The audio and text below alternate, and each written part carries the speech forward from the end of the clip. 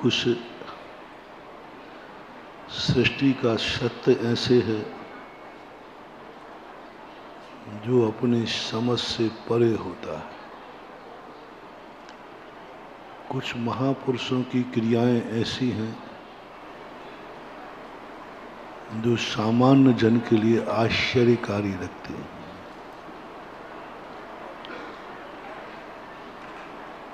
बालक ये नहीं सोच पा रहा है कि माँ मुझे उस कार्य से क्यों रोक रही है जो मुझे सुख दे रहा है। जिस कार्य को करने में मुझे आनंद आ रहा है, माँ उसे रोकती है, मना करती है। मुझे खेलने कूदने में आनंद आता है, माँ मना करती है। और लोग कहते हैं कि माँ सुख देने के लिए होती है। लोग कहते हैं माँ दुख से दूर करती है। लोग कहते हैं कि माँ बेटे की सुरक्षा करती है। कभी माँ बेटे को दुख नहीं देती, सुख ही देती है। बेटा कहता है ये तो बात मुझे समझ में ही नहीं आती। लोगों से पूछो, शास्त्रों से पूछो कि माँ कौन है, बोले जो सुख देती है, जो अपने बेटे को सुखी बनाती है, वो माँ कहलाती है। बेटा कहता है ये माँ में एक भी लक्षण नहीं है, सुख देने वाला लक्षण तो यही। अब कैसे बैठा लें समष्टि, कैसे कहें माँ बेटे के संबंध को कैसे कायम करें। माँ की परिभाषा ये है और बेटा कहता है कि सब बेकार की बातें हैं। हमारी माँ कभी हमें सुखी देखना ही नहीं चाहती, हमेशा उल्टा काम बताएगी। जिसमें मेरा मन नहीं लगता, जिस कार्य को करने में मुझे दुख होता है, वही खिलाएगी जो मुझे पसंद नहीं है। वो तो खाने ही नहीं देगी जो मुझे अच्छा लगता है। अब उससे कहो कि माँ सुखी बनाने के लिए, बच्चा घृणा करने लग जाता है शास्त्रों से, माँ से। सब बेकार की बात है। संसार में यदि सबसे ज्यादा कोई दुख देने वाली है तो बेटा कहता है माँ है। सबसे ज्यादा दुख देती है,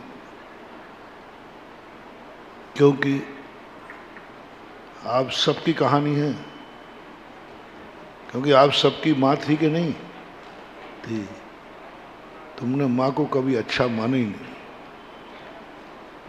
हर बेटा माँ को दुश्मन मानता है। बेटा एक ही बात कहता है, इस संसार में सबसे पहला यदि मेरा कोई दुश्मन है तो वह माँ है। क्योंकि कुछ भी नहीं कर देती। सबसे ज्यादा कौन टोकती है?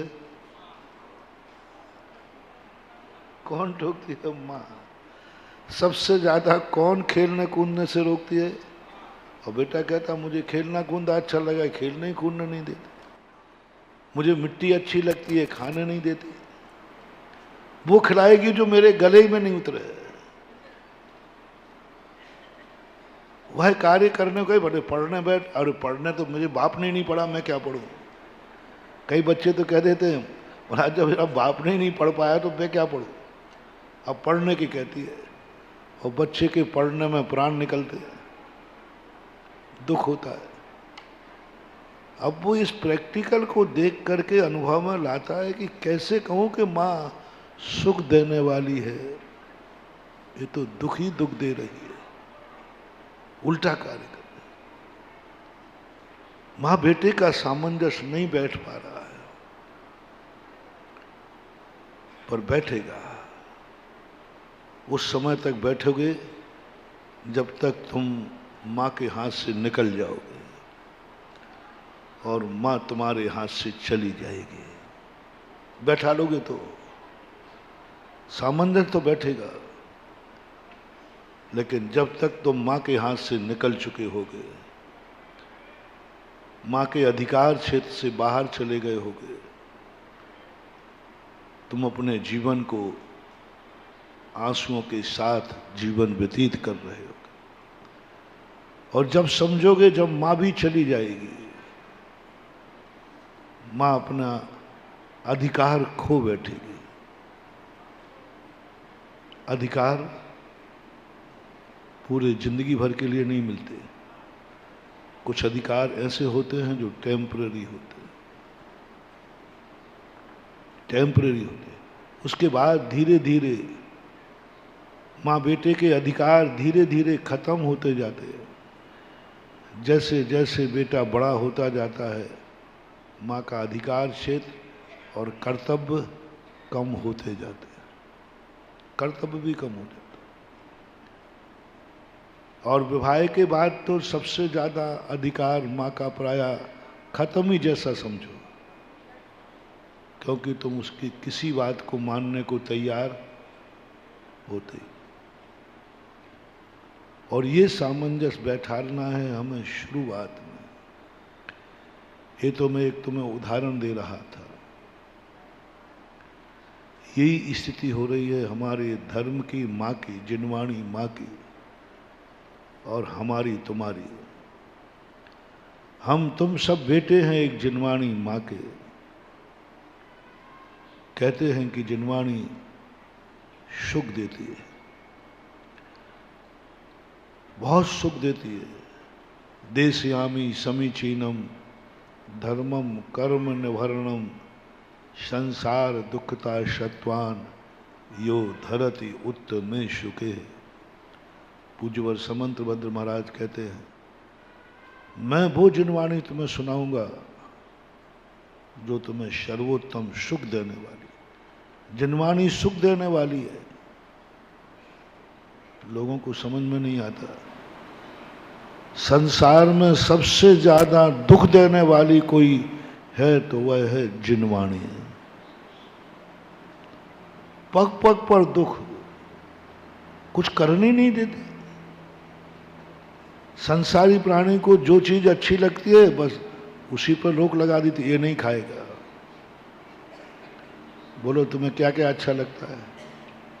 जो जो अच्छा लगता है बस इसी का नियम करो, त्याग करो।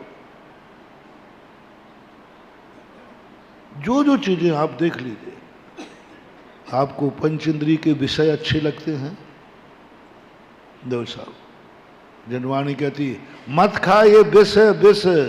आप बोलो तो बोले अच्छे तो लग रहे हैं, कह रहे विष मिश्रित पकवान, ये और कह दिया है। अब बोलो कौन माने जिनवाणी की बातों को, और कौन माने कि जिनवाणी हमें सुख देती है। संसार सारा धर्म को, धर्म की ऋचाओं को, धर्म की वाणी को व्यर्थ मानता है, दुखदाई मानता है।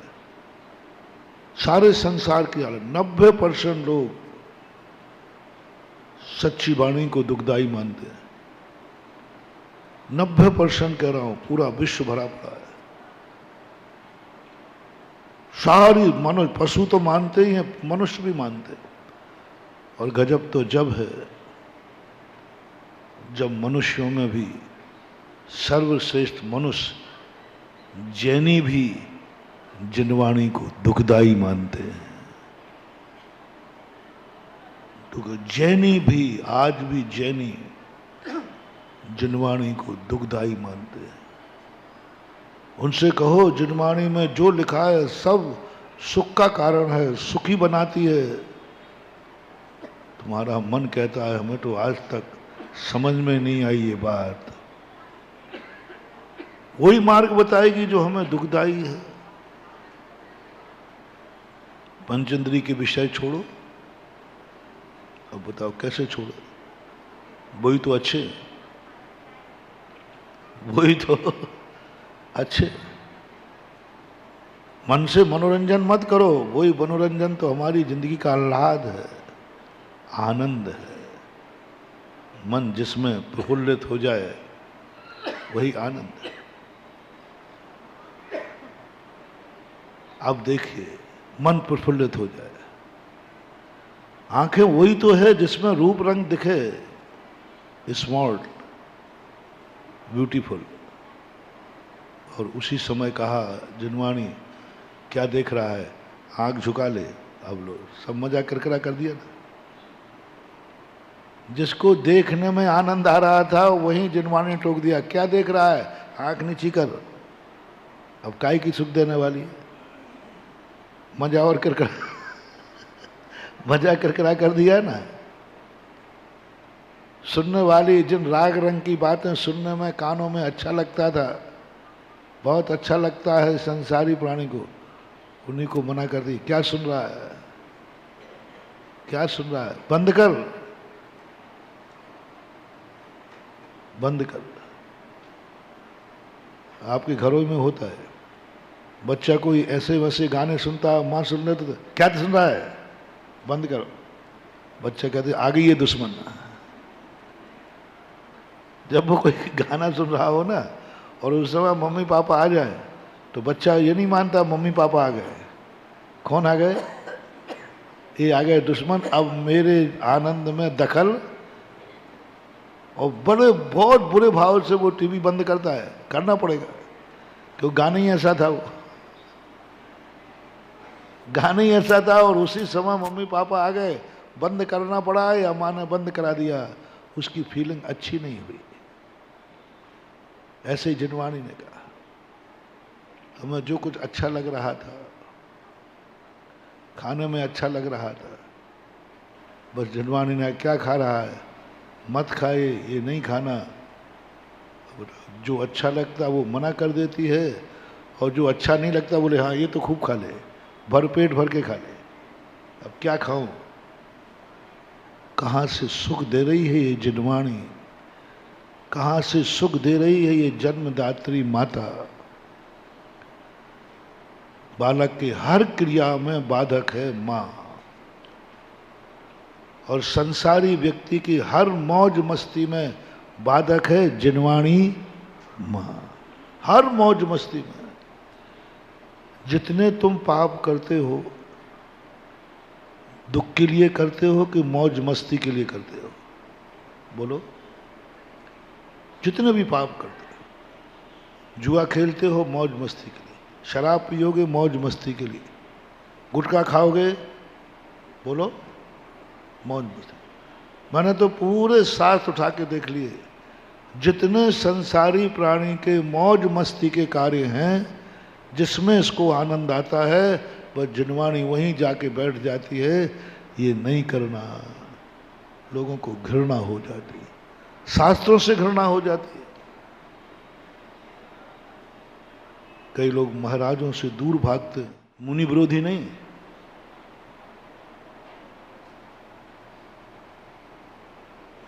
मुनि विरोधी नहीं, मुनि भक्त, मुनियों को मानता है लेकिन मुनियों के पास नहीं जाता। जाएगा ही, जाएगा तो कब जाएगा, जब रात में मुनिराज मौन हो जाएंगे तब पैर छू के आ जाएगा चुपचाप। रात में कई लोग बदमाश लोग आते हैं, बदमाश मुनि भक्त है।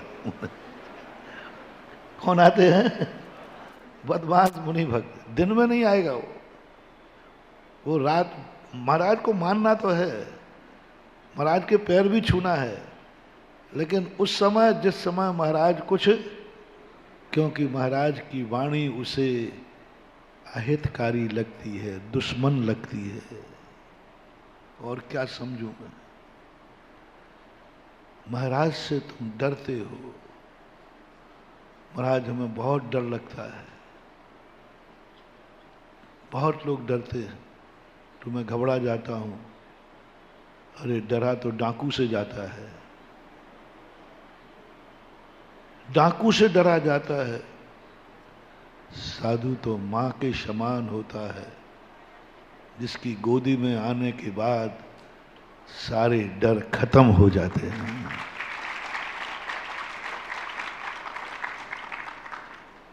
और तुम उन्हीं से डर रहे हो। माँ वो चीज है जो बालक के सारे डर माँ की गोदी में आके खत्म हो जाते। आप पशुओं को देखिए,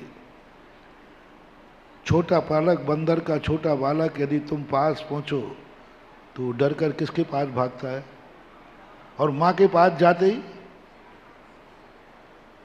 माँ के पास जाते ही वो छोटा सा बंदर है ना, चिपका है छाती से, वो चिढ़ाता है, अब करो तुम क्या करते हो। वो चिढ़ाता, वो चिपक जाएगा, फिर वो यूं दिखाएगा, अब करो क्या होता है, अब मैं अपनी माँ के पास आ गया, है ना, सारे डर छूट जाते हैं। और तुम कुछ ऐसा क्या कर बैठे जो माँ से डर रहे हो। मैंने एक बार कहा था ना,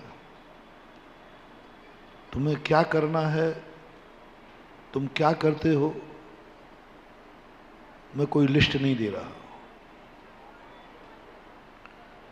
बस कोई कार्य करते समय मोटिवेशन, बस एक सूत्र दे रहा, उस कार्य को करते समय तुम्हें अपने माँ बाप का डर तो नहीं लग रहा है, बस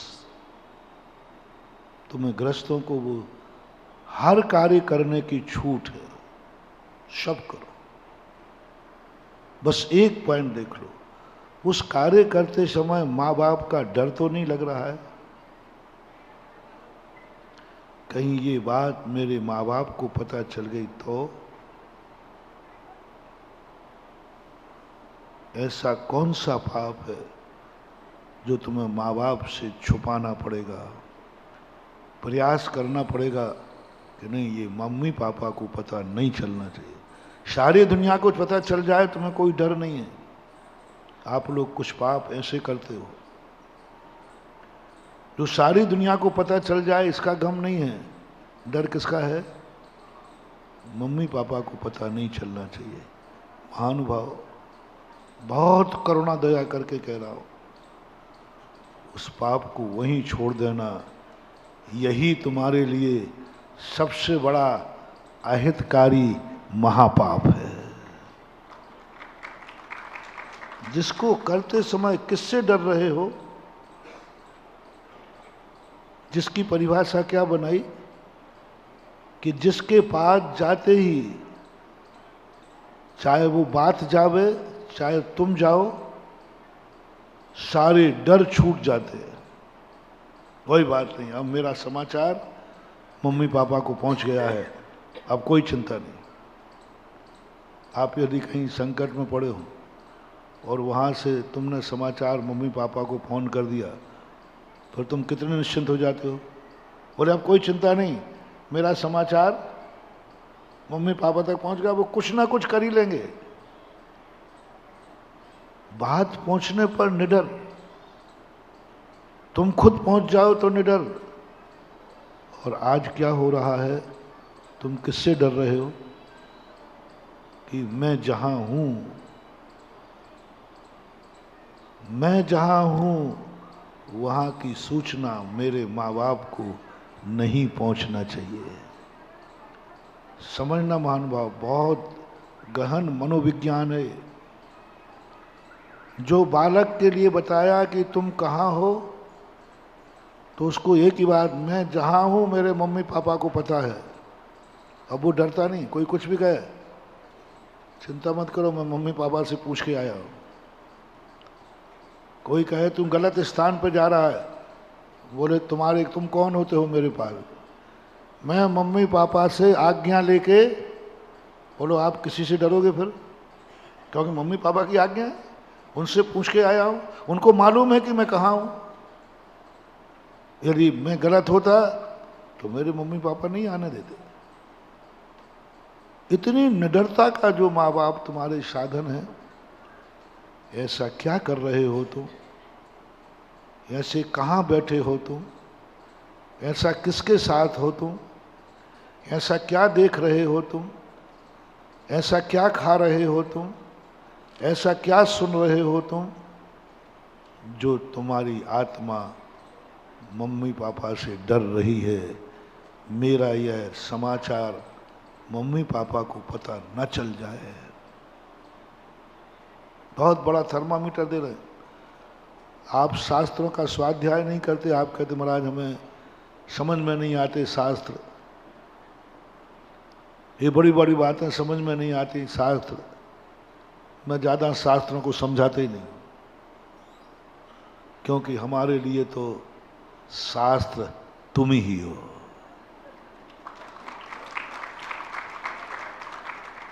शास्त्रों में ढूंढते हो क्या? प्रत्येक चेहरा यहां एक खुली किताब है।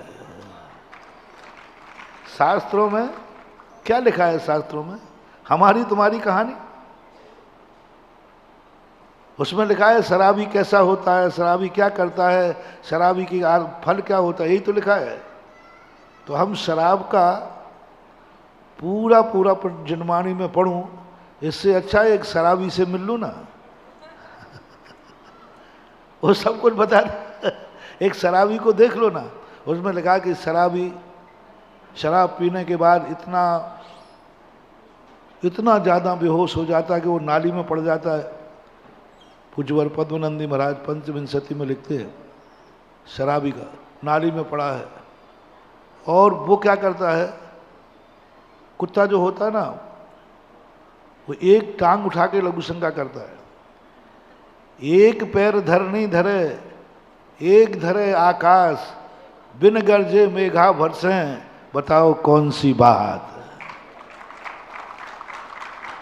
तीन पैर धर नहीं धरे, एक धरे आकाश, बिन गरजे मेघा बरसे, बताओ कौन सी बात। पहेली है वो, है कुत्ता।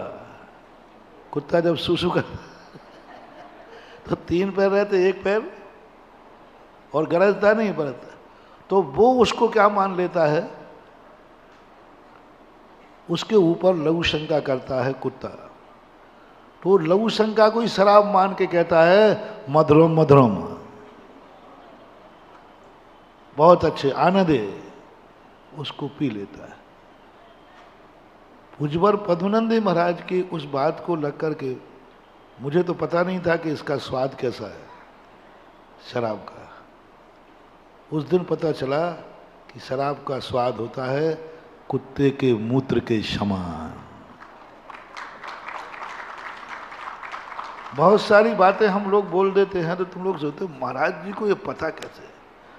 खास तौर से मनोज बाबू आश्चर्य करते, महाराज तो वो गजब। एक दिन कहा महाराज को पता कैसे, ये सारी दुनिया की गृहस्थी की बातें, इतनी छोटी सी उम्र में तो घर छोड़ के निकल गए, शराब पी नहीं, गुटखा खाया नहीं, ये सब करे नहीं, जो जो कर्म ये सब हमारे युग में थे ही नहीं और किए भी नहीं।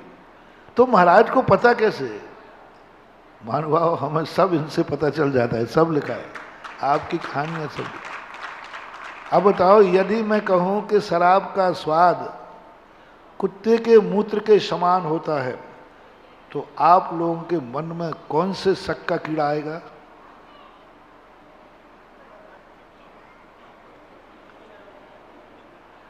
कि महाराज ने कभी ना कभी तो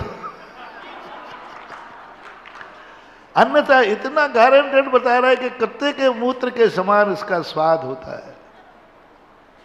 नहीं, हमारे आचार्य अवध ज्ञानी थे, हमारे भगवान सर्वज्ञ थे, उन्होंने बिना छुए बिना ग्रहण किए हर वस्तु का स्वाद बता दे। एक रसना इंद्री का स्वाद होता है, एक रिद्धि होती है, जो यहां बैठे बैठे कितने किलोमीटर दूर वस्तु किस स्वाद की रखी है मुनिराज बता देंगे। उसका किलोमीटर लिखा है, रसना इंद्री का क्षेत्र रिद्धि से कितने किलोमीटर, मान लीजिए यहां से चक्रवर्ती और मुनि महाराज का 100-150 किलोमीटर दूर कोई वस्तु रखी है और कहा, बोले महाराज जी उस वस्तु का किस स्वाद वाली है, किस गंध वाली है, किस कलर वाली है, वो यहाँ बैठे बैठे उसका स्वाद बता देंगे, स्वाद बता देंगे, वर्ण बता देंगे, स्पर्श बता देंगे, गर्म ठंडी का। ये रिद्धियां हमारे मुनिराजों को होती थी, उसके माध्यम से जान करके वो लिखते हैं कि ऐसा होता है। अब बोलो इसको पढ़ने के लिए हमें पहले संस्कृत पढ़ना पड़ेगी। किसको पढ़ने के लिए? शराब का क्या स्वाद है, क्या परिणाम है, इसके लिए पहले हमें संस्कृत पढ़ें, क्योंकि सारे शास्त्र किसमें है? प्राकृत भाषा में। और हम पहले व्याकरण पढ़ें, तब तो वो श्लोक समझ में आए। फिर हमें कोर्स रटना पड़ेगा कि इसका अर्थ क्या है। ये सब पढ़ने के लिए हमें 16 साल लगेंगे। 16 साल अच्छी तरह पढ़ेंगे, तब हम उस ग्रंथ में शराब का स्वरूप क्या है तब पढ़ पाएंगे। कितने साल में? समझना क्या है आपको? मैं समझना चाहता हूं कि शराब का स्वरूप क्या है, उसका स्वाद क्या है, उसका फल क्या है, मांसाहार का स्वरूप क्या है, उसका फल क्या है, इन पापों का स्वरूप क्या है, फल क्या है। 16 साल लगेंगे अच्छी तरह निकाल रहे, अर्थ बिल्कुल एकदम निर्दोष अर्थ निकालने के लिए। 16 साल ज्यादा नहीं है। बात कितनी सी थी? बात इतनी सी थी कि शराब का स्वरूप क्या है, इतनी सी जानने के लिए 16 साल लगेंगे।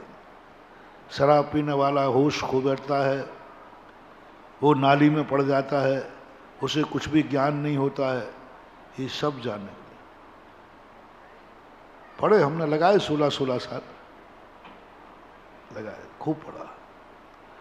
बाद में पता चला कि इतने 16 साल पढ़े, इससे अच्छा एक शराबी से मिल जाते ना तो सब सही 2 मिनट में समझ में आ जाता है।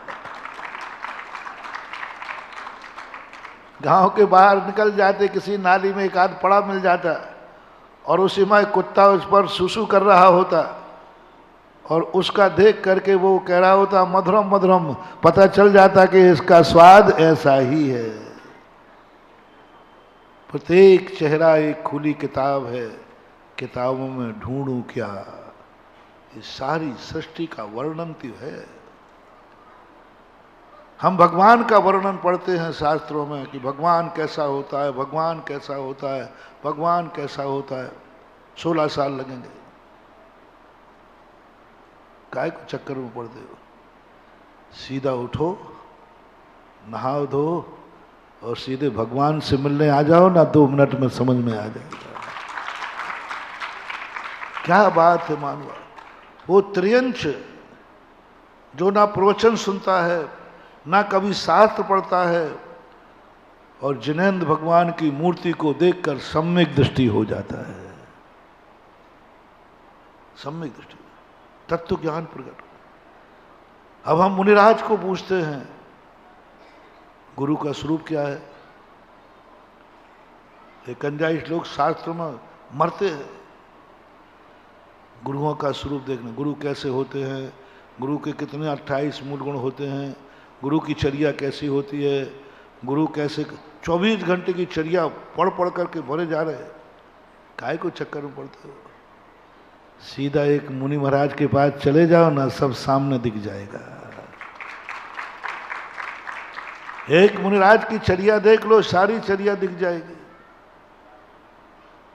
सब कुछ सामने स्पष्ट हो जाएगा। इसलिए हम लोगों को पता चल जाता है कि ये है।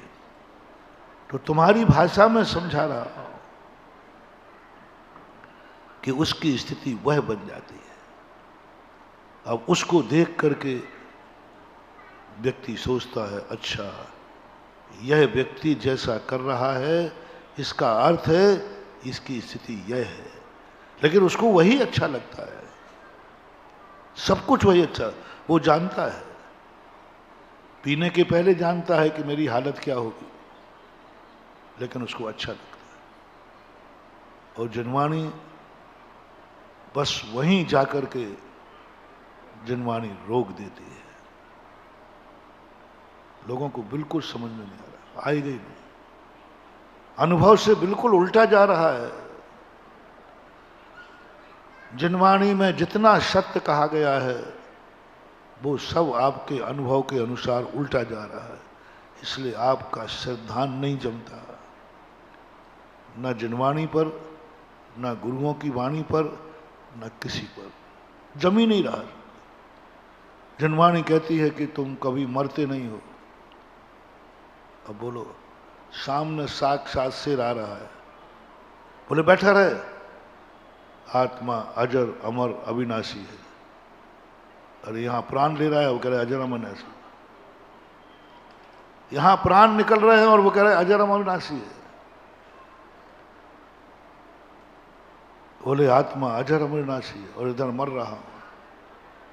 आत्मा दुखी नहीं होता, यहां दुखी हो रहा हूं।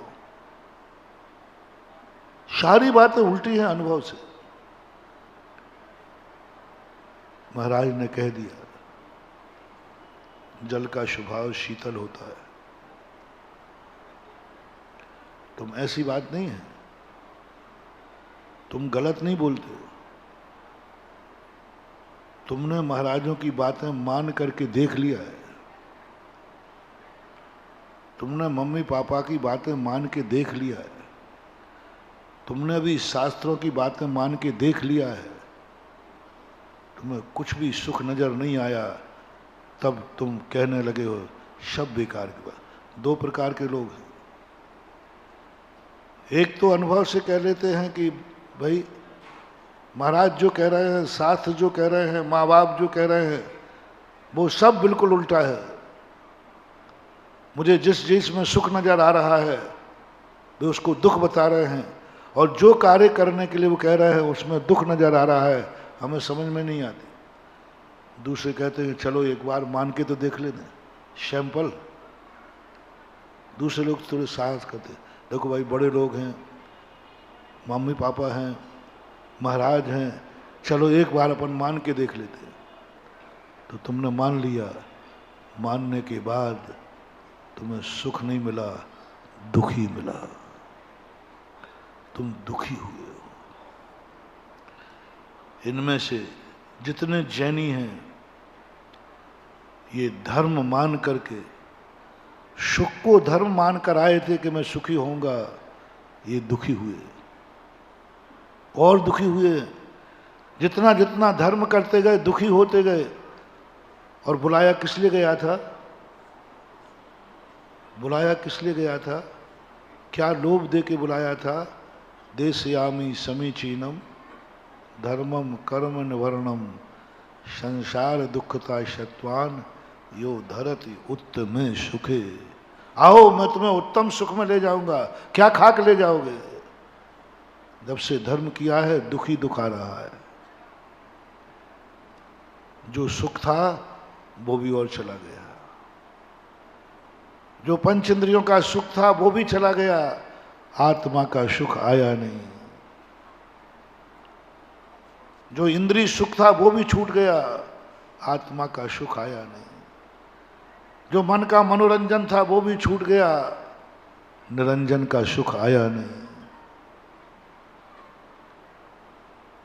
बहुत बड़ी विडंबना, आया नहीं, लौट गए, लौट गए।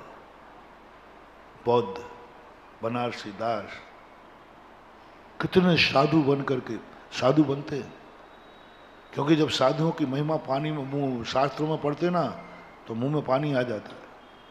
शास्त्रों की महिमा पढ़ते हैं कि मुनि पर ऐसा है, लोग उस पढ़ करके बन जाते हैं, मुनि बन जाते हैं। और वहां जाकर के जब भोजन करते करते, खाने ने भी नहीं देता ये सुख धर्म, भोजन करते करते ये आ गया बालचंद, मुंह का गिलास बाहर निकाल। अरे मुंह का तो खा लूं, जो मुंह में पहुंच गया नहीं वो भी बाहर निकाल। काहे का सुख है? काहे का सुख है? दो हमने ऐसे ऐसे मुनि महाराजों को देखा, महानुभाव, जो ये कहते पाए गए मैंने दीक्षा लेकर गलती कर दी, दीक्षा लेकर गलती कर दी, मैंने मुनि पद लेकर गलती कर दी। अब क्या करें? मेरे से पूछते हैं, मेरे पास खुद आए, बोले महाराज जी अब मैं क्या करूं?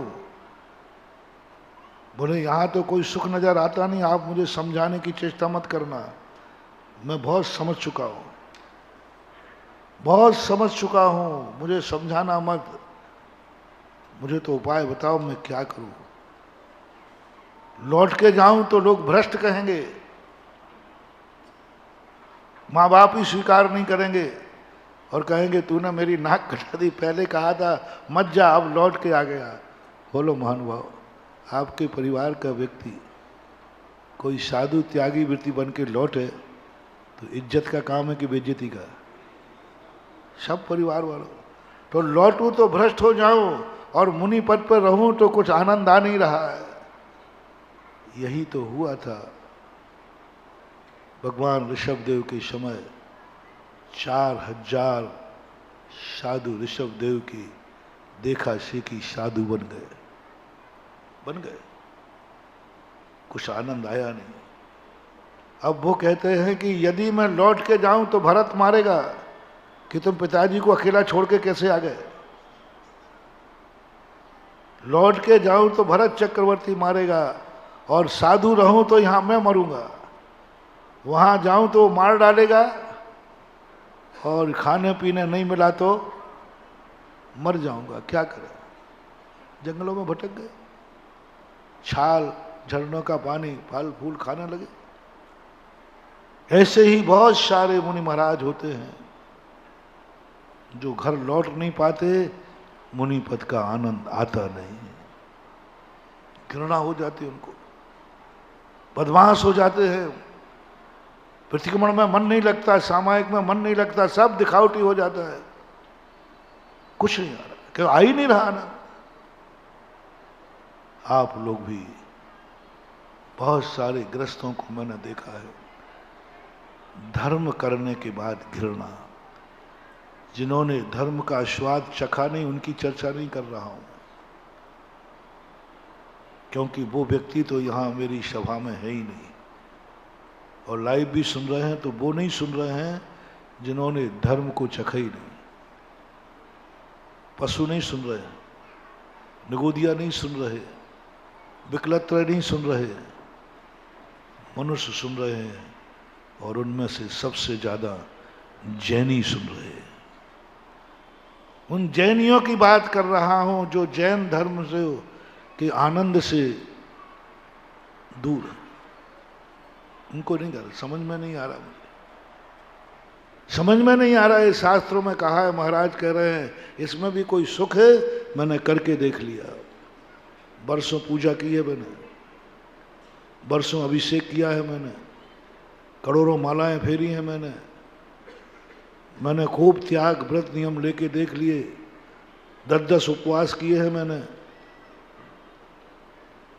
खूब व्रत किए, रविवार कर लिए मैंने 9 साल के, 10 साल के 10 लाख, पता नहीं सब गिना जो को अपराध कर चुका हूं। आप ज्यादा समझाने की चेष्टा मत करो, अपन कहो ये क्या महाराज जी, आप बहुत नए हो अभी, आप धर्म में अभी बहुत नए हो। जो तुम कह रहे हो हमसे कि हम साहब को कहे तो महाराज जी ये सब मैं कर चुका हूं, कोई मजा नहीं, ये सब बातें आप लोगों की गप हैं, सब कर लिए, कुछ आया ही नहीं। कैसे बैठा लें तुम्हारी पटरी है। जो प्रवचन में मैंने प्रारंभ में कहा था, हर बालक को माँ संसार की सबसे बड़ी दुश्मन लगती है, हर बालक को, और नहीं हो तो आप खुद अनुभव से बताना, झूठ मत बोलना, निर्णय तुम्हें खुद करना है। कभी कभी तुम ऐसा कार्य करते हो ना, जिस करते समय तुम्हें क्या चिंता है, बस मम्मी पापा ना आ जाएं। बोलो, जिंदगी में तुमने कोई किया तो जरूर होगा बेटा, जिसमें किससे डरे होगे, किससे डरे होगे, मम्मी पापा ना जाए, उनको पता नहीं चल जाए, वह पाप निधत्त निकाचित होता है। जो कार्य, परिभाषा बनाए जो अपन पहले बना रहे थे, जो कार्य आप करते समय माँ बाप का डर लग जाए और फिर तुम वह कार्य करोगे, उसी समय निधत्त निकाचित कर्म बंद होता है। लोग कहते निधत्त निकाचित कर्म कम बंद होता है। जिस कार्य करने से, रिपीट कर रहा हूं, जिन माँ बाप के पास, जिन माँ बाप के पता चलते सब निडर हो जाते हैं, पशु का बच्चा भी माँ को पाके निडर हो जाता है, और तुम आज माँ बाप के लिए डर रहे हो, माँ बाप को पता ना चल जाए मैं कहाँ हूँ, मैं क्या कर रहा हूँ। बंधुओं, मर जाना, उस स्थान पर मत जाना जिन स्थान पर जाने के लिए माँ बाप का डर लगे, बस और कहीं नहीं करा। तुम्हें जहाँ जाना है वहाँ पर मत आओ मंदिर, मत आओ मंदिर। मैं मंदिर के लिए तुम्हें प्रेरित नहीं करूँगा। मत आओ मंदिर, मत करो पूजा, मत करो अभिषेक, मत आओ मेरे प्रवचन सुनने। बस एक बात बहुत छोटा सा है, वहां मत जाना जहां जाने समय माँ बाप का डर लगे, बस वहां मत जाना। उनसे छुप करके मत जाना, और वहां खूब जाना जहां तुम्हें लगे मम्मी पापा को पता चल जाएगा, अरे मजा आएगा, उनको पता चल जाए तो हमारी और बकत हो जाएगी। अच्छा मेरा बेटा प्रवचन सभा में मिला था, अच्छा ये बताओ प्रवचन सभा में तुम आगे आने लगे तो तुम्हारे मम्मी पापा को कैसा लगेगा? नहीं नहीं, बुरा लगे तो मत आना भाई। जिनके मम्मी पापा को बुरा लगे, अच्छा ये छोकरा प्रवचन में जाने लगा, ओहो मैंने कौन से पाप किए कि ऐसे छोकरे का बाप बना। और यदि तुम्हें ऐसा लगे कि नहीं महाराज मम्मी पापा को पता चल गया कि मैं प्रवचन सुनने गया, ओहो इतने खुश होंगे, इतने खुश होंगे, वो कहेंगे अच्छा अब कोई बात नहीं, महाराज प्रवचन के चुप, महाराज के प्रवचनों में जाने लगा, ये मंदिर जाने लगा, अभिषेक को जाने लगा। मैंने ऐसे ऐसे शिवरार्थी देखे जिनके माँ बाप कोसते थे कि महाराज मैं निपुता रह जाता तो अच्छा, निपुता रह जाता। यदि कानून का डर नहीं होता तो मैं इस बच्चे की हत्या कर डालता। ऐसे माता पिता मेरे पास आते, महाराज कानून का डर है, आप लोगों का डर है, समाज का डर है, नहीं तो मेरे छोरा छोरी इतनी बेइज्जती कर डाली है, इतनी बेइज्जती कर डाली है कि लगता है कि इनका गला दबा के मार डालूं। बोलो दुनिया में ऐसे बेटे हैं कि नहीं जिनको माँ बाप को मारने का भाव आ सकता है? बोलो ना, हैं बहुत सारे। आगरा में होंगे, आगरा में तो क्या जैनियों में भी होंगे और आगरा में होंगे। जब उनके तुम काले कारनामे सुनते हो तो तुम इज्जत वाले हो, तुम्हारा कुल इज्जत वाला है, और जब उनके कारनामे सुनते हो तो संबंध तुम्हारा ही माना जाएगा ना। तो ऐसे लगता है कि इनको मार डालो, लेकिन कानून का डर, समाज का डर, धर्म का डर और फिर कर्मों का डर, और डर के कारण से अपने क्रोध को, बहुत मौके आते हैं तुम्हारे घर में, तुम्हारे घरों में आते हैं। दुश्मन को मारने की बात नहीं कह रहा हूं, दुश्मन को मारने का नहीं, अपने भाई को मारने का भाव आता है, मार डालूं इस भाई को, बस चले तो। और कह दूं, कई बार बेटों के मन में भाव आता है कि मम्मी पापा को मार डालूं, और मार डालते। हमारे शास्त्र में कहानी बड़ी पड़ी, बेटे के मन में भाव आ गया माँ बाप को मारने का, माँ बाप को बेटे को मार, पति पत्नी को मारने का भाव आ गया, मार डालते, मार डालते। कितने केस होते हैं, स्त्रियों ने पति को मार दिया और पति ने, अपने लोगों की बात कह रहा हूं, अपने लोगों जो आज तुम्हारे संबंधी हैं उन्हीं को तुम्हें मारने का भाव आ गया। ऐसा होता है, ऐसी स्थिति बन जाती है। और जब अपनों को मारने और मरने का भाव आ जाए, ऐसे लोग मैं उन लोगों से कहता हूं, एक काम कर दो, मैं गारंटी नहीं दे रहा हूं, लेकिन एग्जाम्पल बहुत है मेरे पास। ऐसा करो, उसको इस बार शिविर में भेज दो। शिविर में ज्यादातर रेफर्ड केस ही आते हैं। शिविर में ज्यादातर वो ही आते जिनके परिवार वाले जिनको पाकर के अपने को बदनसीब मानते हैं। मैंने कहा भेजो से, देखो क्या होता है,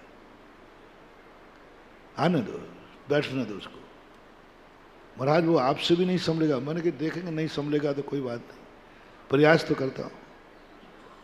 और हमने ऐसे लोग देखे महानुभाव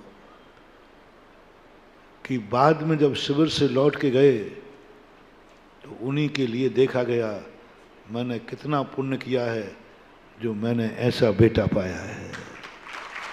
हर्ष मनाने लगे, हर्ष मनाने लगे। महाराज क्या हो गया है? वो आकर मेरे पास आभार मानते हैं, बोले महाराज क्या हो गया? मैंने क्या हो गया भाई? वो तो सुबह सबसे जल्दी उठने लगा। फिर क्या करता है वो? उठ करके बोले पहले तो बोतल खोलता था, अब तो वो सबसे पहले नहा लेता है, ध्यान में बैठ जाता है। फिर क्या करता? बोले महाराज वो अभिषेक करने लगा, बिना अभिषेक के वो भोजन नहीं करता। मैंने कहा अब कैसा लग रहा है? अब भी मार डालो उसको। नहीं महाराज, अब तो ऐसे लगता है ये बेटा हमारा जन्म जन्म तक भी यही बेटा हो गए। कुछ मत करो रे, जिनसे तुम्हारे संबंध है उनसे तुमसे संबंध बनाते समय उनको गर्व महसूस होना चाहिए। बस इतना सा कार्य करो। जिनसे तुम्हारा जो संबंध हो, मैं कोई संबंध, कितने सारे संबंध, माँ बाप का, भाई बहन का, पति पत्नी का, समधी का, ब्याई जी का, कुंवर साहब का, जो कुछ भी, मौसा मौसी, फूफा फूफी, जो भी तुम्हारे संबंध है, दोस्त यारी, बस एक मोटिवेशन, जिससे तुमने संबंध बनाया है,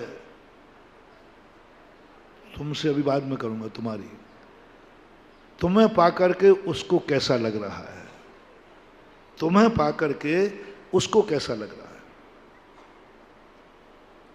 पिता को सोचना है मेरे बेटे को मुझे पाकर के मैं इसका मम्मी पापा हूं, बेटे को कैसा लग रहा है। क्या बेटे को लग रहा है मैंने कितना पुण्य किया जो मुझे ऐसे मम्मी पापा। बस इतना सा जिंदगी में यदि तुमने ये ले लिया तो महानुभाव, लो मैं तुम्हें एक बहुत बड़ा आश्वासन देता हूं, कभी तुम जिंदगी में कई भवों तक अनाथ नहीं बनोगे, क्योंकि तुमने मम्मी पापा को तुम्हें पाकर वो गौरवान्वित हुए थे। गर्व था कि मेरा बेटा ऐसा है, मैं ऐसे बेटे का बाप हूं। बस ये गर्व यदि तुम्हारे पिताजी को, माँ को आ रहा है, जाओ, बहुत सरल सस्ता, तुम कई भवों तक अनाथ नहीं होगे। माँ बाप की छाया तुम्हारे ऊपर सदा बनी रहेगी, क्योंकि तुमने गौरव प्राप्त हुआ था। ऐसा ही हर संबंध। तुम भाई हो किसी के, तुम अपने लिए नहीं कह रहा हूं भी, क्या तुम्हारा भाई तुम्हें पाकर गौरव का अनुभव कर रहा है? क्या गौरव का अनुभव कर रहा है कि मैं वो भाग्यशाली हूं जो मेरा भाई ऐसा है?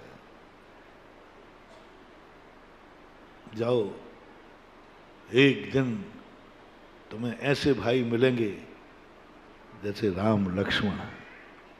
एक दिन तुम ऐसे भाइयों के बीच में रहोगे जहां तुम्हारे लिए वनवास राम को होगा और वनवास जाएगा लक्ष्मण साथ में। ऐसा भाई मिलेगा। वनवास किसको हुआ था भैया? और लक्ष्मण को वनवास नहीं था। कैकेयी ने कहा था, लक्ष्मण फनफना रहे थे ना थोड़े, तो कैकेयी ने कहा लक्ष्मण बहुत गुस्से में है, तो मैंने थोड़ी उसको वनवास भेजा, वो क्यों जा रहा है, उससे क्या फर्क पड़ता है? क्योंकि लक्ष्मण से बड़ा भरत था, उसको तो बड़े से ताल्लुक था क्योंकि बड़ा राजगद्दी पे बैठेगा, लक्ष्मण से कोई मतलब नहीं। ऐसा भाई मिलेगा महानुभाव, कांटा तुम्हें लगेगा, आंसू भाई को आएगा। तुम मूर्छित हो जाओगे और तुम्हारी मूर्छा में भाई प्राण त्याग देगा। तुम बेहोश होगे, रामचंद्र जी जैसे भाई अपने मरने को तैयार। कैसे मिलते हैं ये भाई, कैसे मिलते हैं ऐसे भाई? आज तक तो हम ये देखते हैं दो भाई की तरह जन्मते हैं और दो भाई दुश्मन की तरह मरते हैं, दुश्मन की तरह जीते हैं। जन्मे कैसे थे? भाई की तरह, बड़े प्रेम था इनमें। छोटे बच्चों में देखना, भाई को थोड़ा छेड़ के देखना, दूसरा भाई लड़ने आ जाता है। बड़ा प्रेम था। जैसे जैसे बड़े होते गए दोनों भाई दुश्मन बनते गए और दुश्मन बन के मरे। क्यों होता है ऐसा? कभी तुमने भाई, तुम्हें पाकर भाई शर्मिंदा हुआ होगा, तुम्हें पाकर भाई ने कहा होगा कि मैंने कौन से पाप किए जो ऐसा भाई मिला। बस उसका अभिशाप है कि आज तुम्हें भाई मिलेगा लेकिन उसमें प्रेम नहीं होगा, दुश्मनी होगी। और गर्व, भाई से बस इतना प्रयास करो तुम्हारा भाई तुम पर गर्व करे कि मैं ऐसी भाई का। ऐसा ही आप पति पत्नी में ज्यादा कुछ नहीं करना, कुछ मत तो करो धर्म ज्यादा। क्या दोनों एक दूसरे को पाकर गर्व है? गर्व है? क्या तुम पति हो? क्या तुम्हारी पत्नी को तुम्हें पाकर गर्व है? क्या उसके आनंद की अनुभूति है? मैंने कितना पुण्य किया जो मुझे ऐसा पति मिला। सारे तुम्हारे संबंधों की जिंदगी में जो कुछ भी तुमसे अच्छा बुरा हुआ हो सब माफ कर दिया जाएगा। जो कुछ भी तुमने, बस तुमने ये बता दो तुम्हारी पत्नी को तुम पर गर्व है क्या? दादागिरी से मत पूछना, दादागिरी से मत पूछना, दादागिरी से मत पूछना। ससुराल में तुम्हारी पत्नी को गर्व है, जब कभी वो पीहर जावे बस सास को तुम भी सुन लेना, बहू का मुंह देखने को तरस जाओगी। एक अभिशाप दे दिया बहू ने, पीहर जाकर अपनी माँ के सामने रो पड़ी, माँ किस घर में भेज दिया तुमने? सासू नहीं है, डैन है। किस घर में भेज दिया? पति मतलब नरक है, नरक, नरकों में भेजा है आपने, नरक में भेज दिया। जब वो माँ के पास पीहर जाके अपनी पत्नी की ओरिजिनल आवाज यहाँ नहीं निकाल पाओगे। ओरिजिनल आवाज कहाँ निकालेगी वो? अपनी माँ के सामने। वहां की खबर लेना है तुम्हें। बस वो अभिशाप है, अब तुम्हारे भव भवांतर तक तुम संयमी बनोगे नहीं, हिजड़ा होगे, नपुंसक बनोगे, और बनोगे भी तो संसार की गृहस्थी का कोई संबंध तुम्हें पसंद ही नहीं करेगा। क्योंकि तुम्हारे लिए तुम्हारे घर में जो आई थी वो तुम्हारे घर में उसको नरक महसूस हुआ,